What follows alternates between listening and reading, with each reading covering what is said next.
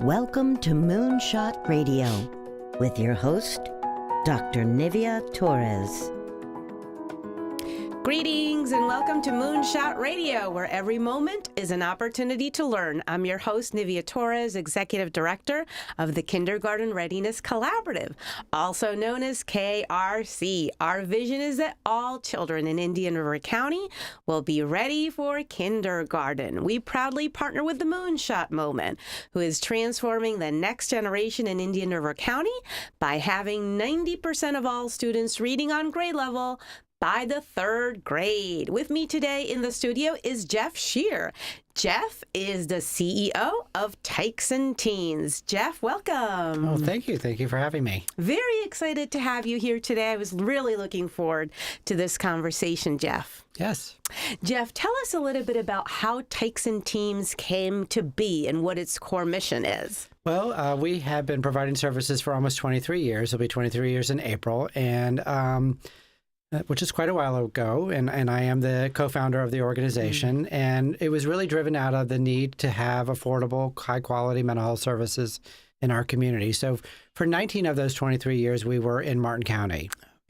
And so our goal was really to address all high-level needs of mental health. So we have like an alternative out-of-school suspension program. We have specialty programs for therapists who specialize in domestic violence and sexual abuse, treating kids who've experienced that.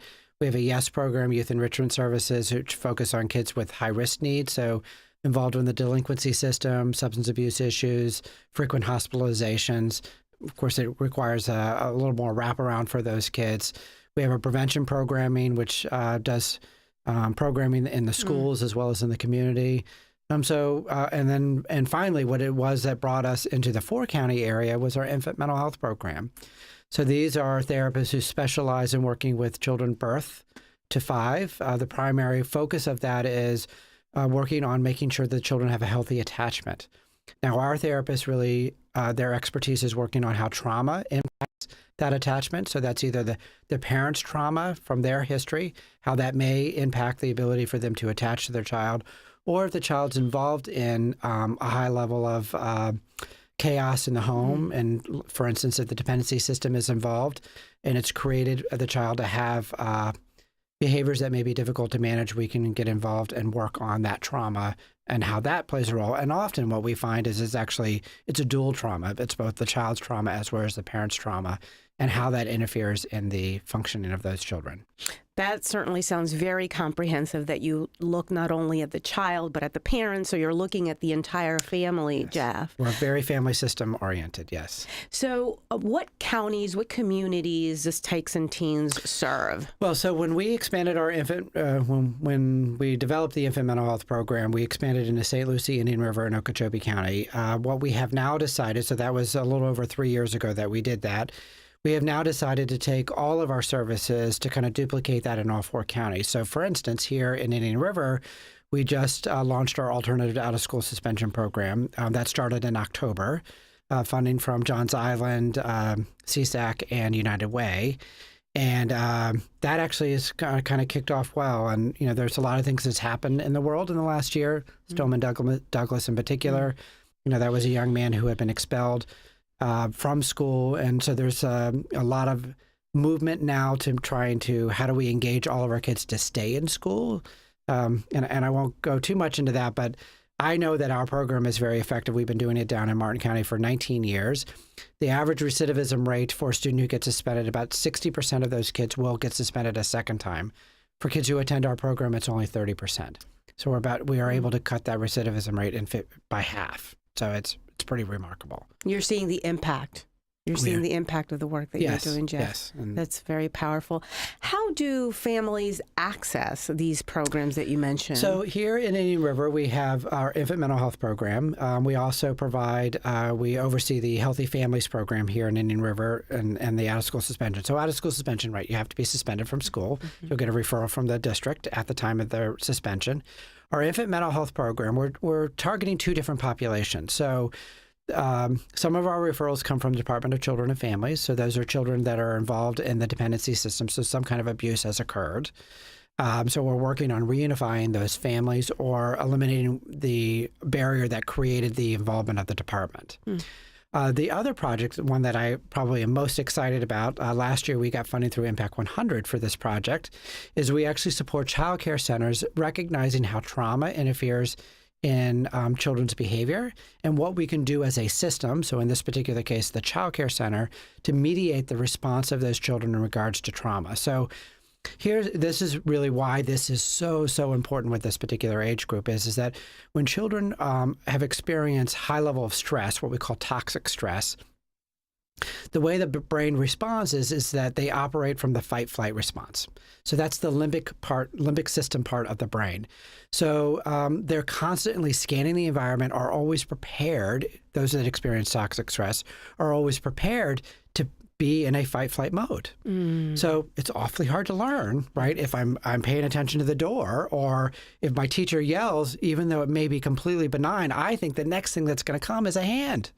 And so we are trying to teach systems, the child care centers themselves, that we typically blame kids, right? If they are disruptive, we blame them, we punish them, we utilize power to be able to control those kids to do the right thing, as opposed to recognizing it's an automatic response. They're in a fight-flight mode. Or that they, because one of the other things that we learn is that the way we learn to regulate ourselves is we have communication from our prefrontal cortex, the front part of our brain, our executive center of our brain, that says to our back part of our brain, our limbic system, say, hey, everything is okay. Well, if I'm constantly in an environment where there's substance abuse, right, there's unpredictability, if there's domestic violence in my home, well, there's no need for my brain to say everything is okay because I never know when it's going to be. So the great thing about child care centers is that we can help those children learn the difference between when they're in an environment where it's high stress and an environment that it's not. Now, their brain naturally is not going to go there, but if we create a system in which they know that they're going to be safe, or they know that they're going to have a caregiver who will help them learn their regulation skills. So, we typically think of childcare centers as where we learn our alphabet and our colors and our shapes. Well, we also want kids to learn how to self-regulate. Yes. And I'm sure you've had other guests on that our brains are 85% developed by the time we are 5 years old. That is true. So there's not a lot of growth that's going to occur after that. So there's what we call a pruning period that occurs at the brain at about 3 years of age. So about 36 years of age. About 40% of the neural pathways in the brain are gone away. Basically, the brain is saying, hey, I need to focus on what it is that I need to do. Right. And so if I've got a child, I talked a lot about toxic stress, but one of the other responses for children, we have the fight, flight. We also have a freeze response. Well, a freeze response in children look like depression. So what happens is the brain actually becomes inactive. And so I don't dysregulate at all because I don't care. Right. And so, again, they're not learning when they get mad. Well, they don't get mad because they don't care. So they never learn how to regulate those big feelings when they get them. So as they get older, what I call the me phase, where they actually identify who they are. So what we have learned in the attachment movement is that actually very small children see the world through their parents' eyes. So they don't discern the difference between who I am and who they are. They are part of their parents. So if my mom, who's just been beaten up, is scared, well, I'm scared too because they see the world in that way. Or if I got a highly anxious mom who thinks the world is a very scary place, don't leave me, you need to stay very close to me, the kid's going to learn that the world is a very scary place. Never through words, right? So I could have a mom who says all the right things, but if her affect is very anxious, the child's going to become very anxious. This is powerful to hear, Jeff. And so part of our work at the child care centers is to teach people to recognize that it's not the fault of the child. Right, because then it becomes something punitive. It always, in the history of the way we manage children is through punitive means. So understanding that it could be fight, flight, as you indicate, or that it could be a freeze kind of situation where I don't care and I'm not responsive is really powerful for an educator. This is really important work. Do you have any data or information that would indicate that there's a correlation between infant mental health and school success. Absolutely. And I think, you sort of alluded to that. So when we look at, and again, I apologize for all of my brain science, but it really helps us understand the function of what we do. So here's another interesting fact is that when we are experiencing these high levels of stress, there's a hormone in our body called cortisol that is produced. The amygdala, part of our brain, produces this cortisol to prepare us for this fight-flight response. Well, one of the responses to high levels of cortisol is deregulation of the hippocampus. So the hippocampus is the part of our brain that stores long-term memory. And we think, well, why is that? Well, because our brains don't want to remember all the bad things that happened to us in vivid detail. So it deregulates the hippocampus. Well, imagine if I can't remember vivid details in my day-to-day life, do you think I'm going to remember vivid details when it comes to what year was this declaration signed? So it absolutely affects our ability to be able to learn and be productive citizens of our society. And so there was a very famous study that was done in the late 90s called the Adverse Childhood Experience Study. It was done by Kaiser Permanente. You may have had a guest on here before, in the CDC. And what they found is that approximately 15% of the population has experienced pretty traumatic stress in their childhood. Well, if we look at some of the scores in our states, we've done really, really a great job in moving our kids to higher level of learning for definitely the top 50%, more or less the top 75%, but that bottom quartile we continue to struggle on. We're not moving them forward. Well, my theory would be it's because those are those children that experience that toxic stress prior to the age of 5. And it was because of that study that I looked into how do we treat those kids. And that's how I came across the infant mental health. And the fact that no one else was doing this on the Treasure Coast, I'm like, this is not good enough for the Martin County families. I need to do this for all the families on the Treasure Coast. And that's what prompted us to go to all 4 counties.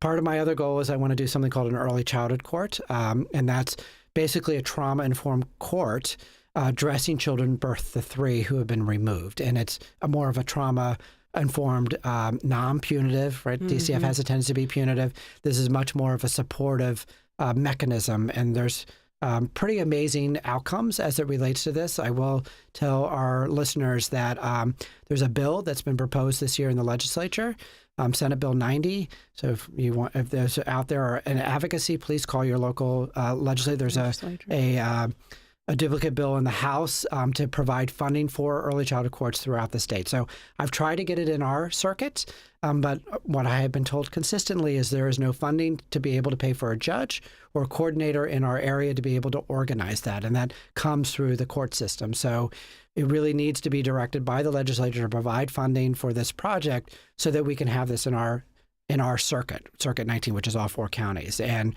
so we have the capacity to be able to provide the service.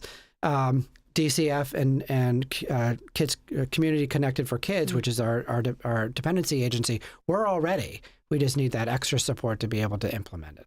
Well, this certainly is a priority, and hopefully our listeners are paying close attention so that they can advocate for this, because we've said many times on this show that early childhood education is a wise investment, and clearly when you talk about infant mental health, that's certainly a priority. Yes. We're going to take a break, and we will be right back. At the Kindergarten Readiness Collaborative, our vision is for every parent, regardless of income or zip code, to have the knowledge and tools they need to raise healthy children that are prepared for kindergarten. Our mission is to support our partners in developing a high-quality early childhood system that is family-centered. Our outreach and parent engagement specialists connect with families and build trusted relationships. KRC has chosen Fellsmere and Gifford as our 2 focus areas in Indian River County. Our Fellsmere office is located downtown in the city annex, and our new Gifford office is located within Victory Park Apartments. Our administrative offices are now located adjacent to Healthy Start and Treasure Coast Community Health in Vero Beach. The Kindergarten Readiness Collaborative, developing a high-quality early childhood system for all children in Indian River County. The Gifford Youth Achievement Center is holding an exciting winter fundraiser this year called the Snowball at Oak Harbor. It takes place at the Elegant Oak Harbor Club on January 26th from 5:30 to 9:30. And it includes a cocktail reception, 3-course dinner, dancing to Ladies of Soul, and a really fabulous raffle. Want to know more information? You can go to gyac.net or call 772-794-1005. See you there. Welcome to Vero Beach Cleaning, a complete home and office cleaning service that fits your needs and attends to your specific special instructions. Call now to schedule your free in-home estimate at 772-564-7839 or contact us through verobeachcleaning.com. verobeachcleaning.com. verobeachcleaning.com. verobeachcleaning.com. Very funny, Stu. No kidding. I'm Donna Roberts-Mitchell, and Vero Beach Cleaning does my home every other week, and I love them. Vero Beach Cleaning. Hey, I'm Tommy, and I want to invite you to Vino Royale, right here on the water of Royal Palm Point. It's a wine bar, craft beers, and a place just to chill after work and enjoy the view on our luxurious deck overlooking the water. Look for our events, NFL Sunday tickets, bike nights, networking parties, and more. You will always feel comfortable at Vino Royale. That is our main goal. Stop in and check us out. We'd love to meet you. 97 Royal Palm Point, Vero Beach, Florida. We'll see you there. Don't forget, happy hour 4 to 7 every day. Vero Beach Opera celebrates 30 years of bringing the best in opera to Vero Beach. The season opens January 13th with Carmen, fully staged with orchestra, followed by a bel canto concert on February 2nd. Superstar Marcello Giordani returns in March with a masterclass, vocal competition, and a Rising Stars concert on March 22nd. Learn more at verobeachopera.org. Thank you to corporate sponsor Tocqueville Asset Management and season sponsor Mercedes of Melbourne. Hurry, Joey. I want to get there early to get the best stuff. We have to go to another garage sale. You do know there's a better way. You can get phenomenal stuff and great deals on almost everything at our Habitat Restore. Hey, isn't that where you got your office desk? Find great stuff at the renovated and expanded Indian River Habitat Restore on US 1 just north of 45th Street. Open Monday through Saturday from 10 a.m. to 6. Donations of gently used stuff is always appreciated. Shop, donate, volunteer. Habitat Restore is a nonprofit. We're back to Moonshot Radio, where every moment is an opportunity to learn. I'm your host, Nivea Torres, Executive Director of KRC. And with me today in the studio, we have a special guest. We're learning so much from him, Jeff Shear. He is the CEO and co-founder of Tykes and Teens. Jeff, welcome back. Thank you. Thank you.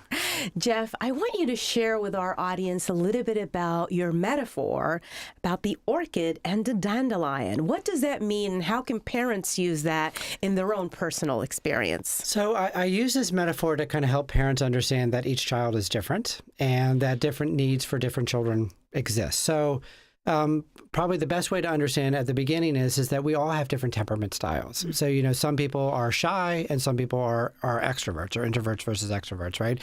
Some people are naturally optimistic. Some people are naturally pessimistic. What we know is that people, when we have different experiences, and most of those have a tendency to be negative, will push those temperament styles further and further to the limit. So if you were already a shy person, you would become even more shy. And so I use the metaphor of the dandelion and the orchid because what you always hear is, well, I think of Ben Carson in particular, right? He's the famous neuroscientist who's now the head of the Department of Housing and Urban Development, right? So he grew up in the projects. There was a tremendous amount of violence involved, and yet he became a world-renowned neuroscientist. He got an MD. It's like, well, if he can do it, then anyone can do it. Well, the thing is that he probably was a dandelion. His temperament style and his response to the stressors that were in his life gives him the ability to be able to grow in a crack of a sidewalk. He doesn't need a lot of water. He doesn't need a lot of dirt. He was able to be able to thrive on his own. And as with everything, there's a spectrum, because on the other end is the orchid, right? The orchid needs the right amount of temperature. They need the right amount of light. They need the right amount of water to be able to survive and thrive. And so when we think about this in relation to our goal here of 90% of children will reach effective reading by third grade, we have to think of everyone as the orchid, right? So when are they getting their needs? What are their needs? How do we go about supporting those needs? So one of my catchphrases that I use is that there's meaning behind all behavior. That there's a purpose as to why we do what we do. And I'll give you a great example. I worked with a young man who came to me. My expertise is working with kids who've been traumatized, adolescents who've been traumatized. I mean, these days I'm working with babies, but the majority of my career, that's the age group that I worked with. So he came to me because he had gotten arrested for stealing. And he had been adopted at age 4. And basically the parents told me he has been stealing since the moment he came to our house. They called him a thief. Some of the other behaviors that he had is that he would take food out of the pantry and hoard it in his bedroom. So even though they had an open pantry rule in their house, he would hoard it. The other interesting thing that he would do is that after he ate it, he wouldn't throw the trash away. He would stuff it in his drawer or hide it underneath his bed, right? Even though there's a trash can right there in his room, he would do that. There's meaning to that. So here's a kid who for 9 years has consistently gotten in trouble, right? We do traditional discipline. They've taken things away. He was arrested. And despite that, he continued to engage in this behavior. So, of course, my job is to figure out, okay, there's a meaning behind this, right? Typically in our society, we say, well, he's a delinquent. He's a bad kid. Well, I don't believe in that phenomena. I know that there's meaning behind that. Well, so as I explored with him about what the meaning was, what I quickly found out is that all of his stealing always was related to food. So he either would steal food directly, or he would, one of the big troubles that he got into is he stole $20 out of the teacher's purse. This happened in first grade. Well, he took the $20, he went to the cafeteria and he bought food. So here's what's interesting, right? He's in a upper middle class family. They have plenty of food. Why would he be driven to steal food when he always has access to it, right? Doesn't make any sense. Well, the problem is the function of that behavior developed when he was much younger. That when he was 1 and 2 years old, if he didn't seek out his food, he probably wouldn't have it. He came from a very highly neglectful family, and he had to seek it out. Well, the problem was his brain never caught up that the rules are different today than they were when I was 2 and 3. Got it. Because it's encoded on a nonverbal level. What I learned is that he would have these urges to steal, and he really could not articulate them. Like, I just have the urge to steal.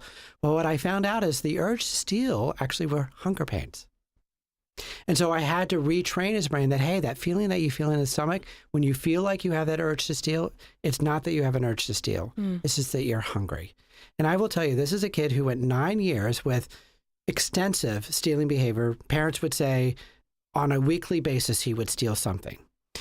We eliminated the behavior within 6 weeks. Because once he understood and recognized the feeling that he had, he went and got food. And so he never connected the dots because, of course, he never understood the meaning behind that behavior. So when we understand when we're looking at very small children, we have to operate from 2 worldviews. One is that there could be meaning behind it. Meaning. And what I will say is that the primary thing that they gravitate towards is safety. The other is that they don't have the skill in the first place, right? So that really depressed kid, they never learned the capacity to regulate themselves. So it's up to us adults to teach them those things. And maybe not in a traditional way, but in another way. That's very powerful. Thank you for sharing that vivid example, Yes. Jeff, and guiding us through it. It's so helpful. And you say there's meaning behind that behavior. Yes. Jeff, you've shared a lot of information with us. For folks who are listening, how can they get more information about the programs that Tykes and Teens or other events that you might have coming up? Well, I would encourage people to go to our Facebook page and like our Facebook page. We also have a website. Our organization does Facebook Lives on a regular basis where we talk about a variety of mental health topics. We also do a podcast where we talk about how famous people in the past have used adversity and overcame them to become very successful people. So you can find all of that on either our Facebook page or on our website, www.tykesandteens.org. Excellent. And you will be our featured guest on January 31st. We will be hosting a lunch and learn at Northern Trust. So folks who are listening and are interested, visit our website, krcirc.org. Jeff, thank you for joining me today. I appreciate it. Yes, thank you for having me.